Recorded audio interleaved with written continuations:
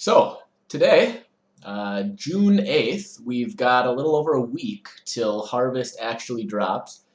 I have been really careful not to actually look at these. So, it's about 7:45 my time. I believe they are done with spoilers for the day, but they might not be. So, I'm hoping this is it. Otherwise, anything that does get spoiled today will get discussed in my next video, which I think I'm going to be doing these every 2 days until harvest drops. So, let's start with the little teasers. I figured these announcement ones would be bigger, so like I said, I haven't looked at these, I've just read the titles. So we've got Chasing Purity in the Rising Light means facing the darkening edges of the spirit. The Savior, Too Implicit Corrupted. Hoo boy. This is... I actually think this might be a little bit of a troll, because Too Implicit means you have double the chance of getting Resolute Technique. And as it turns out, RT on the Savior is bad. Super high roll, right? Like, getting... there are lots of things you can do here that are going to be very, very good. But there are definitely going to be times where, like, you just get RT as one of your implicits, and now you just wasted, I don't know what these will cost. You'll have wasted, 20x or whatever, maybe even more than that. Yep, so many beautiful RT saviors. Oh, this is interesting. Turn the card in between level 31 and 39, and you can't get RT.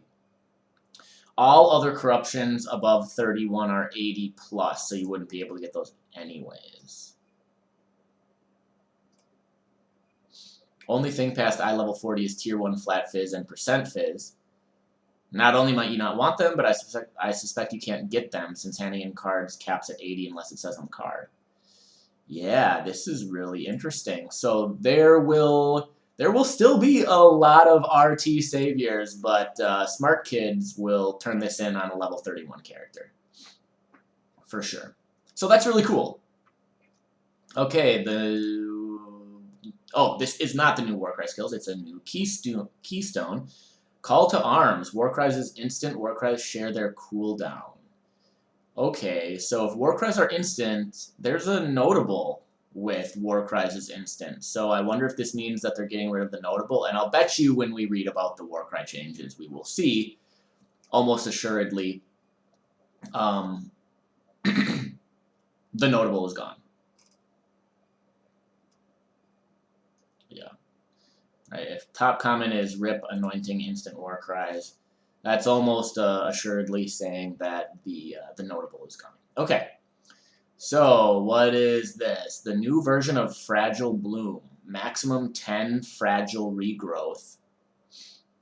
0.7% life regen per second per fragile regrowth. Gain 1 fragile regrowth each second. Lose all fragile regrowth when hit. Okay, so this is way better. So, old Fragile Bloom was 2% regen per second and 10% more damage taken. So, there is now no downside here. It caps at a full 5% more regen per second. 7% off of a jewel is very good. I mean, of course, when you get hit, that all goes away. But 7% regen off a jewel is very, very strong. I still think this is pretty much unusable. At least I can't think of any build that A, wants regen, and B, never gets hit. Right, like... even old Fragile Bloom, I played it on, like, an RF character, and, like, that was cool and all, but, you still didn't really need it, so. Interesting, I like this direction, as a rebalance, right, it adds a new mechanic. If there are other things that do things per Fragile Regrowth, that would be really cool, or other things that interact with Fragile Regrowth, I doubt it, but it'd be cool. Yeah, just don't get hit. Like I said. Okay. So now we've got new changed Warcries. In Harvest, we're adding 4 new Warcry skills and new support, and are reworking 3 existing ones. We've generally improved the options available for those who want to utilize Warcries in their builds. Today's news post reveals new skills and what to expect in terms of changes. So, changes to Warcry skills. Some time ago, we decided that it would be good to do a balance pass that focuses on two-handed weapons and the slower but stronger playstyle. While we were exploring how best to achieve this, it became clear that giving Warcry skills some long overdue improvements could be of great help. Okay. First step in doing this was to define for ourselves where Warcry should be and what function it fulfills. We found that Warcry should A. Release a shockwave that taunts, B. Apply a buff or debuff where its power is based on nearby enemies, and C. Exert or power up your next few attacks with special properties. I like all of those things. Those all sound good. Also, it looks like I'm a little dark, so I'm gonna turn the light on in here. I thought the natural light would be enough. This should help make me a little more visible. So, these rules can be flexible, but provide a base starting point of what Warcries should look like within the new system. We started by reworking existing Warcries to fit into this rule set, this set of rules, and as we made new ones to fill any gaps we felt were present. Okay, so we changed the mechanic of nearby enemies to care about the power. In the new system, 5 small monsters would provide 5 times the Warcry benefit compared to a single boss, unique boss. This felt wrong. New system now counts magic, rare, and unique enemies proportionate to their power so that your Warcry scales more effectively with the count interfacing. Currently, this works by counting normal monsters as 1, magic is 2, rare is 10, and unique is 20. I would say rares should be 5, but whatever. That's super nitpicky. And they probably did some testing on this. Whatever, it's fine. During Cry, relatively minimal rework, but we wanted to see if we could improve various aspects of the skill while we were reworking the others. It still generates endurance charges based on the power of nearby enemies. Also provides a short burst of very powerful healing. It also temporarily gives you additional resistance and fizz reduction for a short duration. Unlike other Warcries, it does not exert your next few attacks. Benefits are purely defensive. Okay. Seems very strong defensively, though, right? You get resists, fizz reduction, on top of the endurance charges. So endurance charges are also resist and fizz reduction. And then you get more, and you get some healing. I mean, that seems solid. Intimidating Cry was only obtainable through a unique item. In addition to it now being available as a skill gem, it has undergone a full rework to be a lot more punchy and exciting. Its benefits are purely offensive, okay, so it's going to counterpoint Enduring Cry. It achieves this by intimidating nearby enemies and exerting your next few attacks to deal double damage. Wow. Also provides a buff that lets you ignore some of the enemy's physical damage reduction based on nearby enemy power. Will reveal what number of exerted attacks each Warcry creates closer to launch. Yeah, they're still doing balance passes, I'm sure. Right? Is it going to be 5? Is it going to be 2? Is it going to be 12? I don't think it's going to be that high because if I remember from one of the videos, exerted attacks show a little buff icon, just like brands do. It's a little icon with little symbols around it. So I'm assuming exerted attacks probably cap top end at 10. I don't think they would do more than that, or else that icon is going to be too muddy, going to be too difficult to read. Intended to be the offensive counterpart to Enduring Cry, just like I said. Yeah, should work in a variety of builds to make your next few attacks feel really powerful. I mean, having your attacks guaranteed to do double damage is insane. People were already using the focus mod that gave you the chance to do double damage while focused.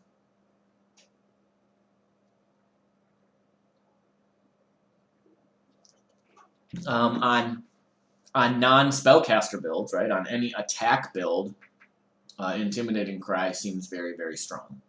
The fizz damage reduction is cool, but I think just the ability to do double damage is pretty ridiculous. And Intimidate is, what, 10% more attack damage, so very strong. Ancestral Cry, new Warcry spell. New Warcry designed to work well specifically with strike skills. Causes your next few strikes to also target nearby enemies, similar to Ancestral Call. That's very weird. Provides a buff based on the power of nearby enemies, with both increases your melee range as well as providing bonus armor. Intended to be well-rounded, that generally provides benefit to anyone interested in playing strike skills. Okay, I wonder if the number of nearby targets that it hits is going to scale. if it's always just like hit 2 additional enemies, I don't know why you would ever use this over Ancestral Call. I suppose you could stack them and just like absolutely demolish packs or bosses with ads. Is that a growler? I'm just happy to see me. This is actually just a water jug. Nothing special. I've been trying to drink one of these every day just because I don't normally drink enough water and it's getting so dang hot. You know, it was 80 today. Last week we had a day in the 90s. It's hot. So I mean, Ancestral Cry looks cool, but yeah, I'm a little on the fence about it.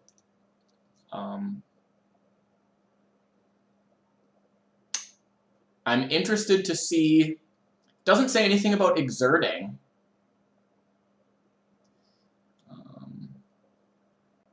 So if Ancestral Cry is one that also exerts your attacks, maybe it's going to be worth using.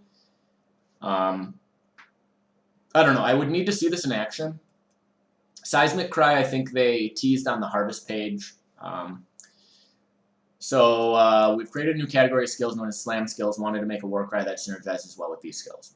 It causes your next few Slam skills to have increased AoE and more damage, which both increase with each attack until you've reset the Warcry or your exerted attacks right now. Okay, that's really cool. So that's like a multi-strike on steroids on a Warcry. So you get increasing AoE and damage for each exerted attack you do. I like that a lot. Knocks enemies back and interrupts them when it taunts them. Kind of cool. I don't know if there's any particular benefit to the interrupt, but because like it's really hard. PoE is so fast. You're never gonna feel like you juked an enemy by interrupting them with Seismic Cry. You're just gonna like maybe get lucky once in a while. Then grants you a buff based on nearby enemy power, which reduces enemy stun threshold, making it easier to stun enemies with your hits. Okay, so this is like the Earthquake Warcry. I mean, you're gonna Seismic Cry and get bigger and bigger earthquakes that stun, I guess. Kind of cool. Rallying Cry has been reworked and given a new identity. Traditionally worked well with support style builds. We designed it to provide a new way to support allies. Causes nearby allies to gain a buff that grants them a percentage of your main hand weapon's damage based on the power of nearby enemies. Exert your next few attacks to deal more damage based on how many allies you have near you. Unlike most other Warcries, the power of the buff comes from both the power of nearby enemies and allies. That's really cool. Okay. Rework to an existing skill to give it a new identity. This obviously seemed to fit a very supportive type role, but we wanted to do a new way of support, a new way to support allies. It works well with minions or to support a full party of allies. Yeah, that seems very, very good for a minion build. I don't really think minion builds needed it, but hey, okay, that seems very good. It's a little bit odd that it grants them your main hand weapon's damage. So you're gonna not only, like if you're a minion necromancer, you might want to make sure that you're using a weapon that actually does an okay amount of damage. But frankly, even if minions only got like 20% of your main hand weapon's damage, the fact that I'm assuming that would be a flat buff to them, right? Like if they get 30% of 200, they're gonna get 60 flat. At least I'm assuming. I'm assuming that's going to be considered flat. Yeah, seems really strong. Infernal Cry, previously known as Abyssal Cry, received a full rework. Rework, not rework. We aim to keep its old features while providing some new exciting ones to refresh its appeal. It covers enemies in Ash, a debuff that scales with the power of nearby enemies. It also causes enemies that are affected by this debuff to explode with fire damage when slain. Okay, so it's no longer chaos. So what are they going to do with the claw? With the claw that applies Abyssal Cry on hit. They're going to have to rework that thing's identity as well. Also triggers your next few attacks to trigger Combust when hitting an enemy. Combust is a triggered AoE attack skill granted by Infernal Cry. Scales with attack damage modifiers and can benefit from your supports. So Infernal Cry is also going to grant this skill Combust. So that's going to mean that Infernal Cry can scale with a bunch of different things. That's really interesting. I think this is just more evidence that they're really leaning into some of the PoE2 mechanics. General's Cry, new Warcry designed to be very open-ended in how it can be used. It's a skill support hybrid, which melee attack skills can be linked to. The Warcry summons ghostly mirage warriors from corpses near you. These ghosts use one of the linked skills once before dissipating. Huh. The number of warriors you summon is based on the total power of nearby enemies as well as the power of nearby corpses. General's Cry lets you summon your own legion of warriors to destroy your enemies using a large selection of skills. That is really interesting. So you Warcry and basically raise a bunch of specters that will use one of the linked skills? Okay, it's a skill support hybrid which melee attack skills can be linked to. So General's Cry is going to raise these ghosts, and the ghosts can only use melee attacks. But I wonder if it's random. So I wonder if you had it linked to, like, Molten Strike, Static Strike, Lightning Strike, if you would get, you know, a bunch of ghosts that you get a mishmash. I'm assuming it's going to be random. Or maybe every time you use the Warcry, it cycles through. Who knows? I'm guessing random. That's really interesting. I don't know who wants that. I wonder if it counts as using the corpses, because then maybe like a necromancer with their 2% attack and cast speed for corpses consumed, if it counts as consuming the corpse, could be strong. If it does consume the corpse, that's fine. If it doesn't, I wonder if you can use it again on those same corpses. Okay, so cool, interesting. Frankly, I'm not sure I'm going to be using any Warcries, but I did tell myself I'm going to be doing a melee build at some point this league, so we'll see. We'll definitely need the gem information to make any particularly pointed comments, but at least the design seems cool. I like that things are getting a little bit more interesting. I think that's always a good thing. So let's read the rebalanced uniques. In Path of Exile Harvest, we're rebalancing over 50 unique items. Some has received numerical buffs, while others receive new mods and mechanics. We're really excited about the possibilities that many of these unlock. While we plan to reveal more of these over time, we've prepared a preview of 10 rebalanced uniques to whet your appetite. Okay, so we've got Savagery and Command. So, Rigwald Savagery, Flat Fizz, Fizz when dual wielding attack speed, and Maximum Rage while wielding a sword. And then here we've got Dot Multi for bleeding per rage. I guess that's cool. I still don't think these are good. I don't know. So, Rigwald Savagery no longer grants increased attack speed with swords or chance to bleed, but now has a new mod that increases your maximum rage by 25 while wielding a sword. Rigwald's Command no longer grants increased physical damage with axes or chance to gain a frenzy charge on kill, but now grants a multiply to your bleed damage equal to the amount of rage you have while wielding an axe. So, I mean, frankly, you can still get up to 75% dot multi for bleed, which is good. Originally, these weapons were only available as a rail drop from the Rigwald encounter, and they've lost their edge as time has passed. We sharpened their rage-fueled identities with new mods to synergize with each other and evoke the Rigwald fight. Okay, cool. Broken Faith. Wow, they have overhauled this again. I liked Broken Faith even before they buffed it, and then they buffed it, and I was like, dude, Broken Faith is really good, and nobody cared. So now I'm interested to see what they did to it. Chaos Leech. Oh, they brought back the minus 10% block. 100% increase global armor while you have no energy shield. You have Unholy Might while you have no energy shield. Create Profane Ground instead of Consecrated Ground. Probably not worth. Oh, grants Unholy Might when you have no energy shield instead of when you block. So I guess if you're using this and you have something that makes it so you can't have energy shield, you always have Unholy Might. So that's strong, I suppose. So it now creates profane ground instead of consecrated ground. The new ground effect reduces all enemy resistances as well, making them more likely to be critical hit, but does not provide the life regen that consecrated ground does. Okay, so instead of the life regen, you get resist reduction. I guess that is probably pretty good. It also doesn't care about blocking at all, so having the -10 block chance on it is kind of irrelevant. I guess I could see using this then if you are going to use, like, I don't know, Gluttony or something that has your maximum energy shield set to 0, or that weird helmet that gives you life based on max ES. Because then this is just straight up 100% increased global armor and Unholy Might all the time. So, the first version of Broken Faith added to the game had below average defensive stats for a shield in exchange for access to powerful damage. We're trying to return it to that role with new mods that offer large amounts of damage, but the weak block chance of the original. Profane Ground also has all new visual effects that echo the theme of the item. Yeah, again, cool. I don't really think it was necessary. Broken Faith was already really interesting. Ungol's Harmony.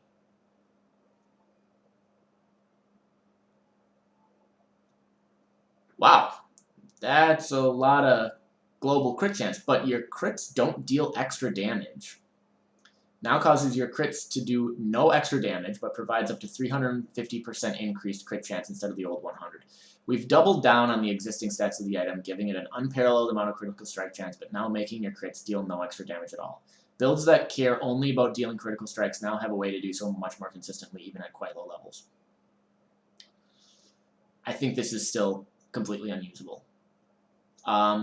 There might be some niche cases where someone is like using this so that they have complete 100% uptime on Elemental Overload, maybe. I suppose I could also see it with something that's like, no, Assassin, you want the crit multi. But I was thinking something like Assassin that's like your crits do these different things. I don't know. Cool. I guess I don't hate the change, but I think it's still unusable. Blood Dance. Now gives 0.8 life regen per frenzy charge from 0.5 and up to 30% increased damage on enemies on low life per frenzy charge instead of 6. Wow. In exchange, it now reduces attack and cast speed granted by frenzy charges by 4 up from 3. So your frenzy charges no longer grant attack and cast speed. Or actually, do they give you a -1 penalty? Frenzy charges are they 3% or 4? I think they're 4.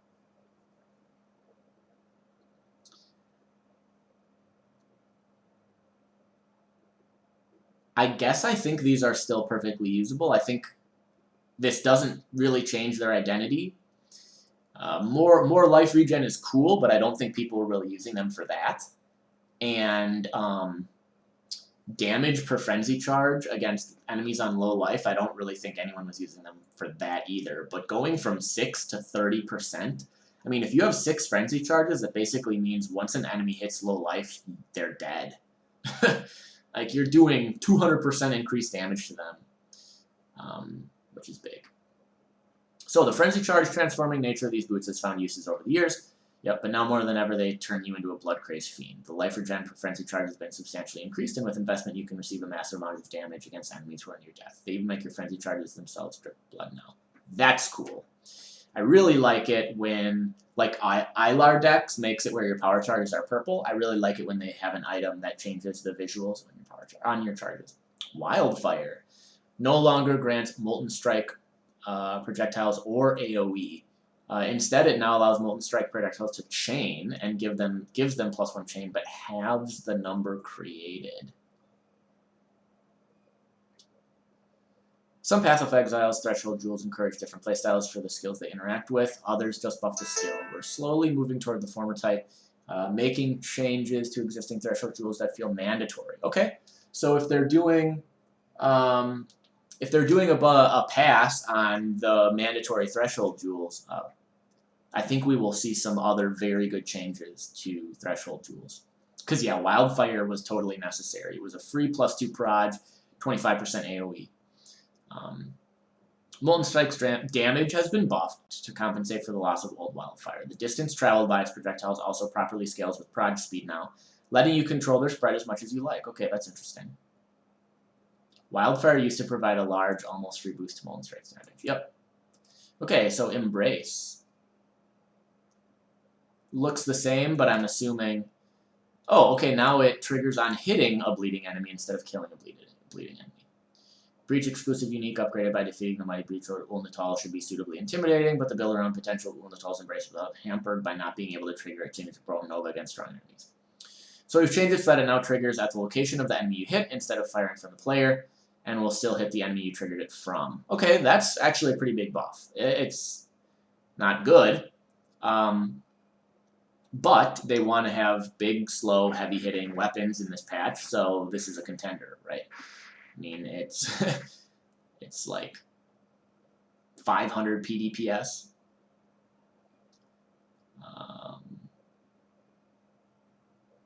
Yeah, okay, so that's fine. Hot-footed. Oh god, hot-footed was terrible. The movement speed, while ignited, granted by hot-footed, has been increased from 10 to 15 to 10 to 20, and attack and cast speed mods added with matching values. Builds that set them on fire have been around for a while, but they've never exactly broken the meta. We wanted to give Pyromaniac Exiles all the help they can get. Yeah.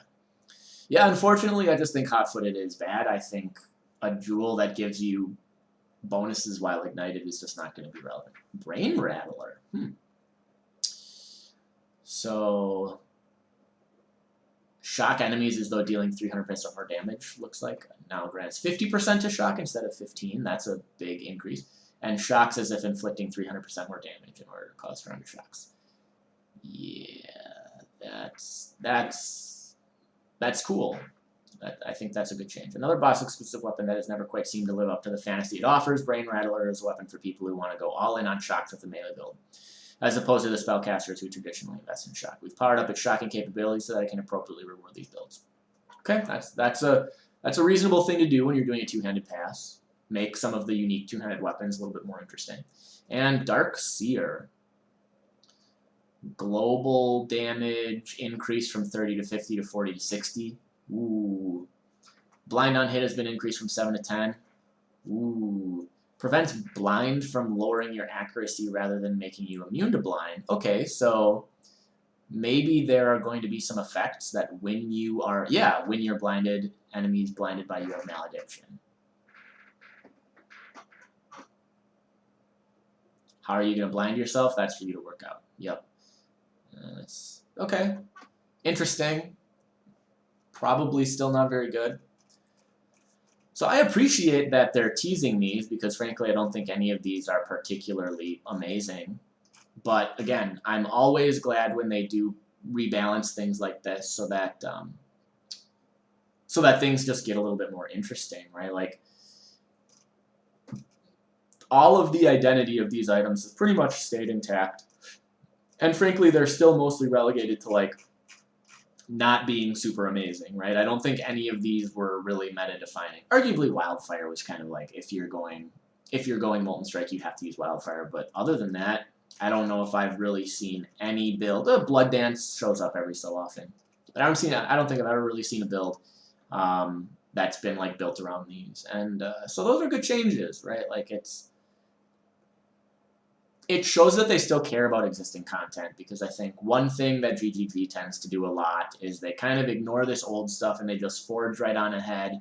And it's like, look at the new things. Don't worry about how everything is terribly rebalanced and no one is using these old items or these old skills or whatever. But focus on the new things. Focus on the league mechanic. Focus on the new, influence mods and Atlas changes and boss mechanics and the new skills and supports. Like, don't worry about all the other crap that we haven't touched in 6 years.